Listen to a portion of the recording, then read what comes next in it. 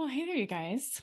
Welcome to another episode of the podcast. I am Janeen Ali. You're listening to Becoming the CEO of Your Life today. And today I am talking about mastering downtime, and I'm going to share 10 effective strategies to fill your bucket and boost productivity instead of what I think most people usually do. Okay, so becoming the CEO of your life really, truly means, well, it means a lot of things, but it really emphasizes creating balance in your life and kind of mastering all of the different arenas that we are a part of as women, right? I heard someone say this last week, there's no such thing as work-life balance. It's all just one thing. And I would actually strongly disagree with this because I do compartmentalize my life. I do work and I do family, and I don't blend those things, or I try really hard not to blend those things. I like to have fun. I like to play.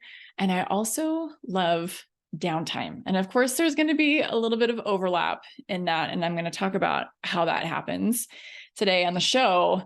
But I have actually lived out of balance for a really long time. So in my mind, if it's all just one thing, I start to become super wonky and a little bit sideways. So if you're a visual person, I want you to kind of think about this for a moment. If we're truly balanced, we have spokes supporting the wheel of our life. And there, I know on an actual wheel, they're actually the same length.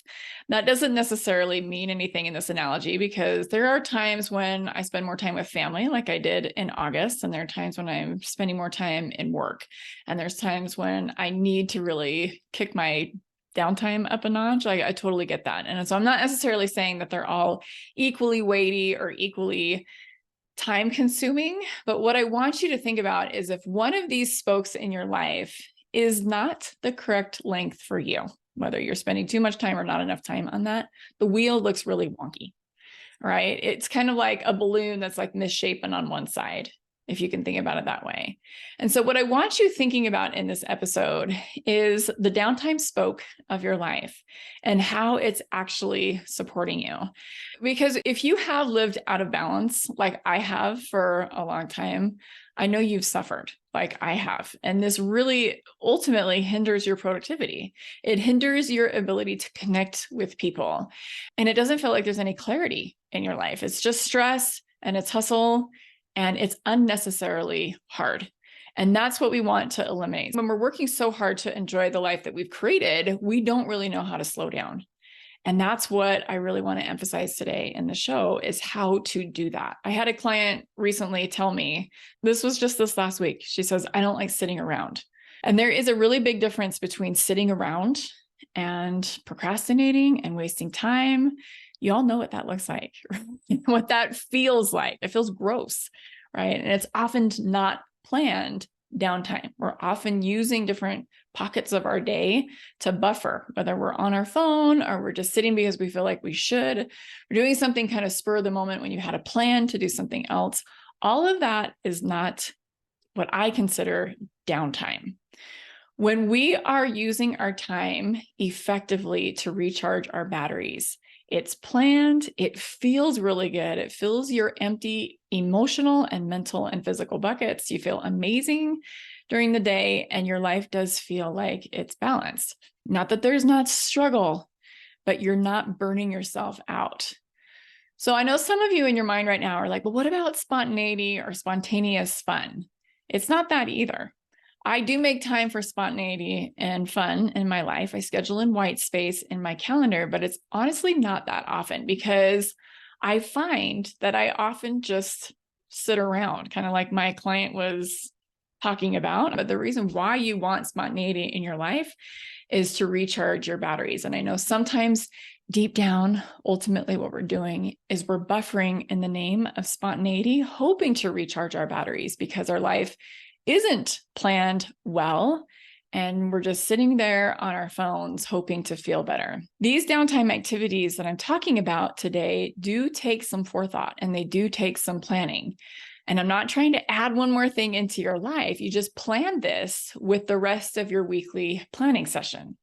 It's super easy to do it that way. And then once it's planned and on your calendar, then you're good to go. You don't have to worry about actually squeezing it in or whatever, you know exactly what that looks like. So effective downtime, which is what we're talking about today, can be a valuable opportunity for you for personal growth and relaxation. And like I said, becoming peacefully productive. If you're not already peacefully productive in your life, this is going to help you. I know that a lot of you get a lot of stuff done during your life, but it is from that hustle harder space. So here are a couple of ideas and things that I want you thinking about that you can use to create your own downtime plan, because downtime is for sure a part of self-care, but it's not self-care when you're just sitting there scrolling on your phone or doing something like that.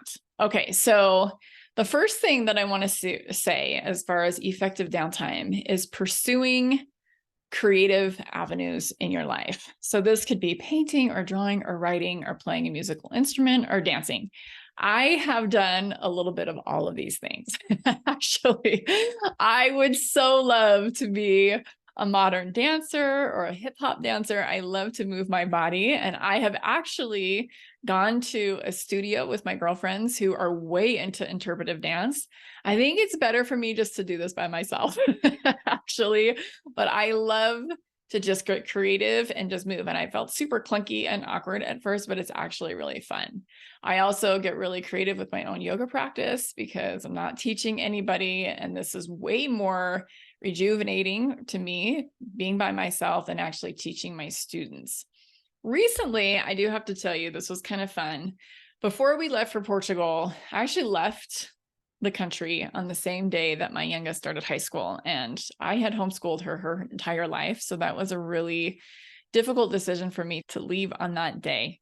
But my son was finished with his mission the day after that. There really wasn't another alternative. I wasn't going to take her and have her miss her first week. That would have been extra difficult for her on the way back.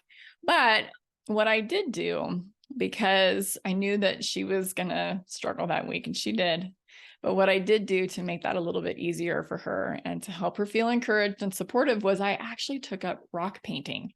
I had come across something on my Instagram and I'm like, oh, that looks like fun. So I bought the paints, and then for the next week or two on my walks, I would just find some really fun rocks, pick them up, put them in my pocket. And then when I got home, I drew on them. I got some fun inspiration, and I created these little rocks for her. And then my oldest daughter, every day she put a different rock on Emma's pillow for her so that she knew that I was thinking about her. So these are ways that we can not only kind of pursue something long-term, like rock painting isn't something that I'm probably going to do long-term in my life. It was just something for a short period of time. But any type of creative expression helps us to release stress. It enhances our problem-solving skills. Not only is it fun, but it can also be a combination of both physical activity and kind of that creative expression, like I was talking about with interpretive dance or modern dancing, or moving our bodies. If that is a way that we can be creatively expressive. Okay, the next one, of course, you knew I wasn't going to leave this one out, is mindful relaxation. Okay, this is actually something that I do regularly, and it's something that I do kind of have to put my foot down with myself and tell myself, you're actually going to do this, because this means that I'm usually sitting quietly with myself and there's nothing going on. I love to move my body, like I just said. So mindful relaxation for me is something that's tricky. I've mentioned before, when I first started yoga, my most difficult pose was the one at the end of class when you're just lying on the floor on your back, because I don't like to just be still a lot. But I have learned over time the importance of taking breaks and really recharging my mind as well as my body. So some of the things that I do regularly are I meditate, and I do breathing exercises, and I do progressive muscle relaxation, and of course, just more restorative yoga classes. So these are things, like I said, that are very intertwined in my life. This is kind of one of my lifeline ways to relax. If I didn't do this, I know exactly where I'd be. So these are things that I do to improve my overall well-being. And I have done enough to know, like, this not only helps me to feel good, but it literally transforms the structure of my nervous system. you've probably heard me say this before, but when you change your nervous system, you change your life experience. So this is why mindful relaxation is so important to me, is because I felt this and I've gotten the benefits of it. Okay, the next one that I want to talk about is learning and personal growth. If you know me, y'all know that I love to learn things. And this is something that I have to be mindful of because I love to learn about business. But for me, learning about business and reading a lot of nonfiction stuff is actually not downtime for me. That is work time. It feels like work to me because I'm highlighting and I'm underlining and I'm taking notes and I'm thinking about ways to share all of that in my business. And so that for me is more work related. So when I am really focused on learning something new, I'm thinking about like taking a class, learning how to dance. Again, I'm kind of intermingling that creative expression and physical activity into kind of this learning and personal growth. So like I said, there are some gray areas where things overlap with this, but one of the things that is on my list that's more studious, I guess, is learning a second language. I would love to learn Spanish and be fluent in Spanish by the end of my life. So that is on the list for me. I want you thinking about, for you, what are some of the things that you would just love to learn how to do? And maybe start planning some of those things into your life, even if it's just once a week, maybe once a month, but maybe more regularly than once a month. I know for me, if I was only speaking Spanish once a month, I wouldn't make any progress on that. So it just kind of depends on you. All right, the next one that we've touched on a couple times actually already is physical activity. I've mentioned before how I love to do yoga. This helps both my mental and my physical health, as well as my emotional health as well. So yoga for me kind of hits all the boxes. But for you, if you want to kind of expand this spoke, and this is something that you want to incorporate more of in your life, you want to be thinking about, okay, what do you love to do? Do you love hiking? Do you love walking? Do you love dancing? Do you just love doing home workouts? I actually am a huge fan of workout apps. I have a couple on my phone because I can just take this with me wherever I go. If you've got a really good app, you've got options for like working out at the gym or working out in your home gym, which has, of course, less equipment, or even working out with your body weight. So I have a couple. The apps that I use for my physical health is an app from Claire P. Thomas. You can follow her on Instagram. And then the second one that I've had a subscription to since 2014 is actually the Glow app. This is a yoga and Pilates app. Overall, they're adding more things in there all the time, but it's one of my absolute favorites. I recommend it all the time. But we know from science and from research, physical exercise can definitely boost energy levels. It improves your mood. And again, like I said, it helps with your mental and emotional health and strength as well. Okay, the next one that I want to share here is setting goals and planning as a form of mastering your downtime.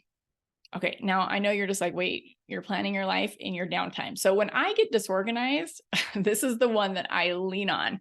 I use my downtime to help me to set up and refine some of my personal and professional goals that I have in my life. Because when I start to get kind of frazzled and I feel like things are unraveling in my life, this is the way that I help to center and ground myself. So the key with this, when you're talking about how this can really recharge your batteries, is you want to take the time to get really focused. Anytime our focus is diluted, we're going to get diluted results in our life. So that's when we feel like we've got brain fog, we're kind of spinning in confusion, and oftentimes frustration comes into the mix as well because we just don't have a clear path. So anytime I'm feeling sideways, this is a great way, like I said, for me to get centered and to really focus on what's not working in my life, which for me is hugely rejuvenating. I was just tuning into the Life Coach School Mastermind, which just happened a couple of days ago.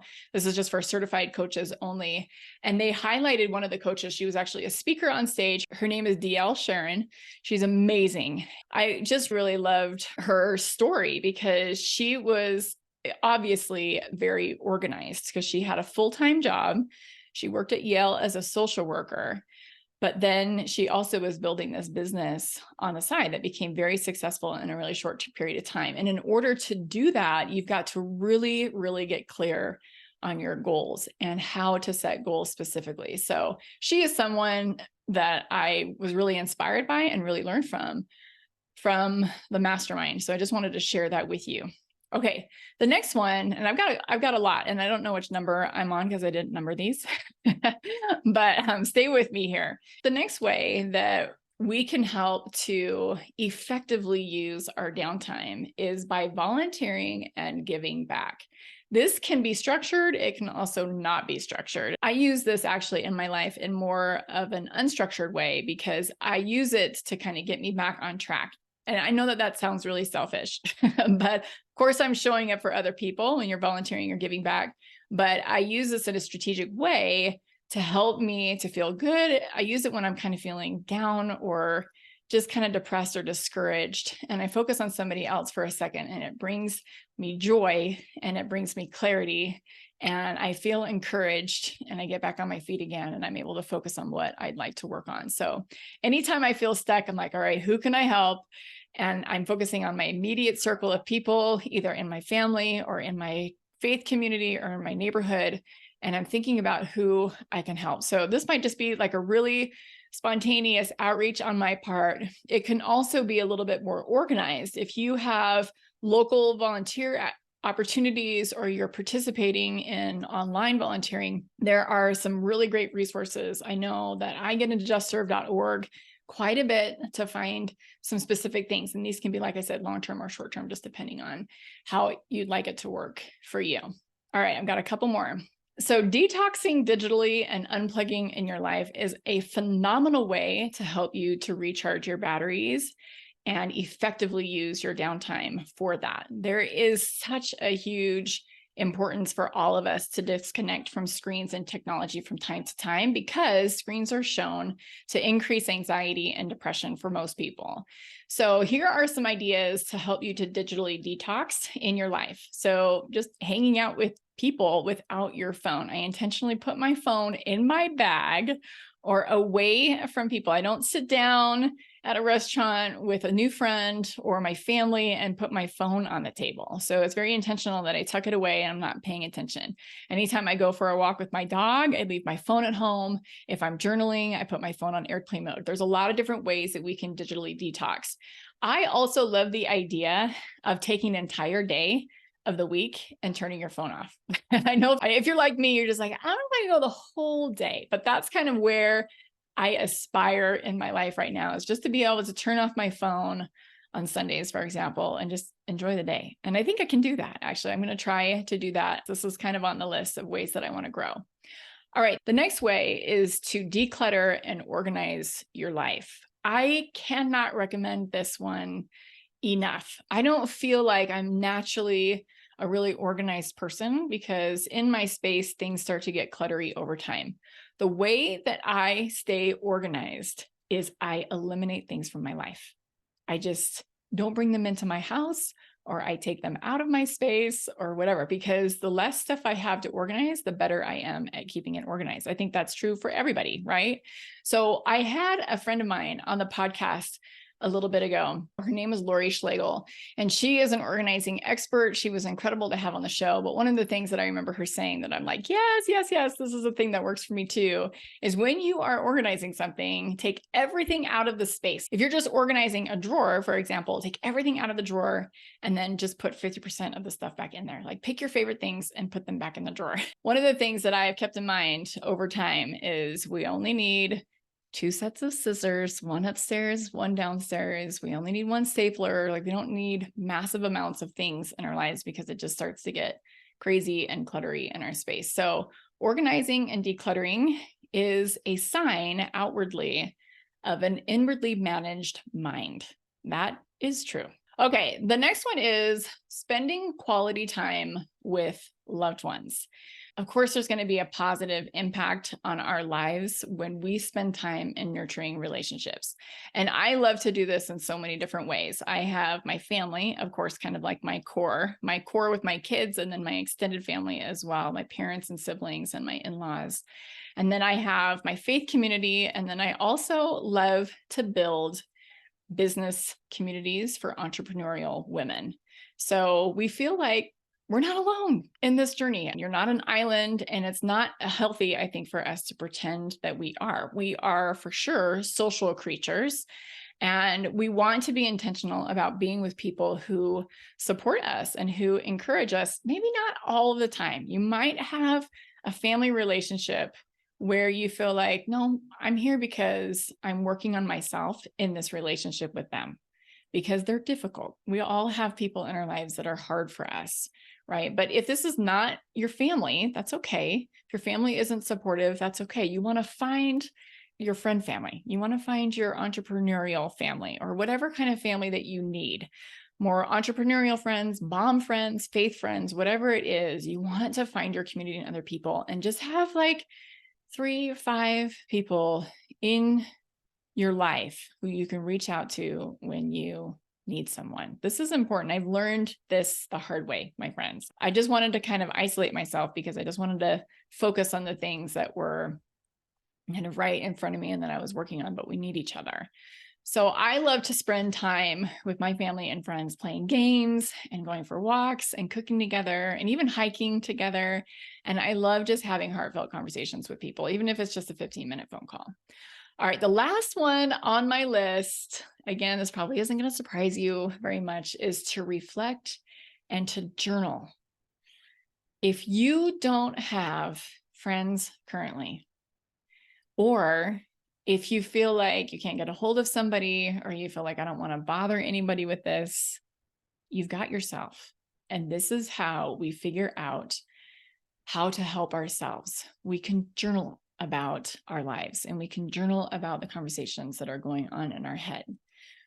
I use my journaling practice to self-coach, to clarify my thoughts, to set and to reach my goals, to track my personal growth, to record miracles in my life. Like there are a lot of ways that I use my journaling to create this friendship and relationship with me. This is so important. And when we have that, we're not outside here like floundering and scrambling and reaching for people who might not be available for us at the time. And actually, I just want to share with you, I was coaching one of my clients the other day who was feeling really unsupported because she wanted her family to step in ways that they currently weren't.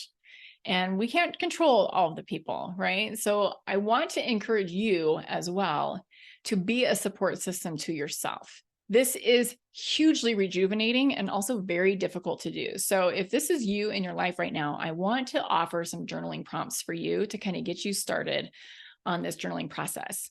So you can ask yourself questions like, okay, what's going on? How are you doing today? What's been on your mind? Like, tell me all the things. What's troubling you? What are you excited about? What are some of the miracles that you're seeing in your life right now? Like all of these are such incredibly powerful questions because they help us to get clear on our lives. And that, my friend, is powerful. It's a powerful experience. It's a powerful practice. All right, you guys, that was 10. How did I do? I don't know what time it is, but here we are. I just shared 10 effective strategies to fill your bucket and boost your productivity. I want you to just choose 1 or 2 that you're going to incorporate into your life, or things that you're doing currently. You're probably doing some of the things already on the list, but I want you thinking about, okay, how can I bump it up a notch? Like, what are some different ways that I can think about this so that this really is a rejuvenating practice for me? And then when you're done with the practice, celebrate that you did it. That will also help you to solidify the practice in your life. All right, my friends, that's it. That's what I have for you today. If this podcast made a difference in your life, I'd love it if you shared it and subscribed and tuned in again next week. That would mean the world to me. And lastly, if you want help in your life becoming the CEO of your life or solving for your burnout, I would love to talk to you. So feel free to reach out to me. You can find me at janeenalley.com/breakthrough. You can get right on my calendar from there. Book a call with me and we'll chat. It'll be so much fun. So I'm really looking forward to talking with you. I hope you guys have a beautiful rest of your week and we will catch you guys next time. We'll see ya. Bye-bye.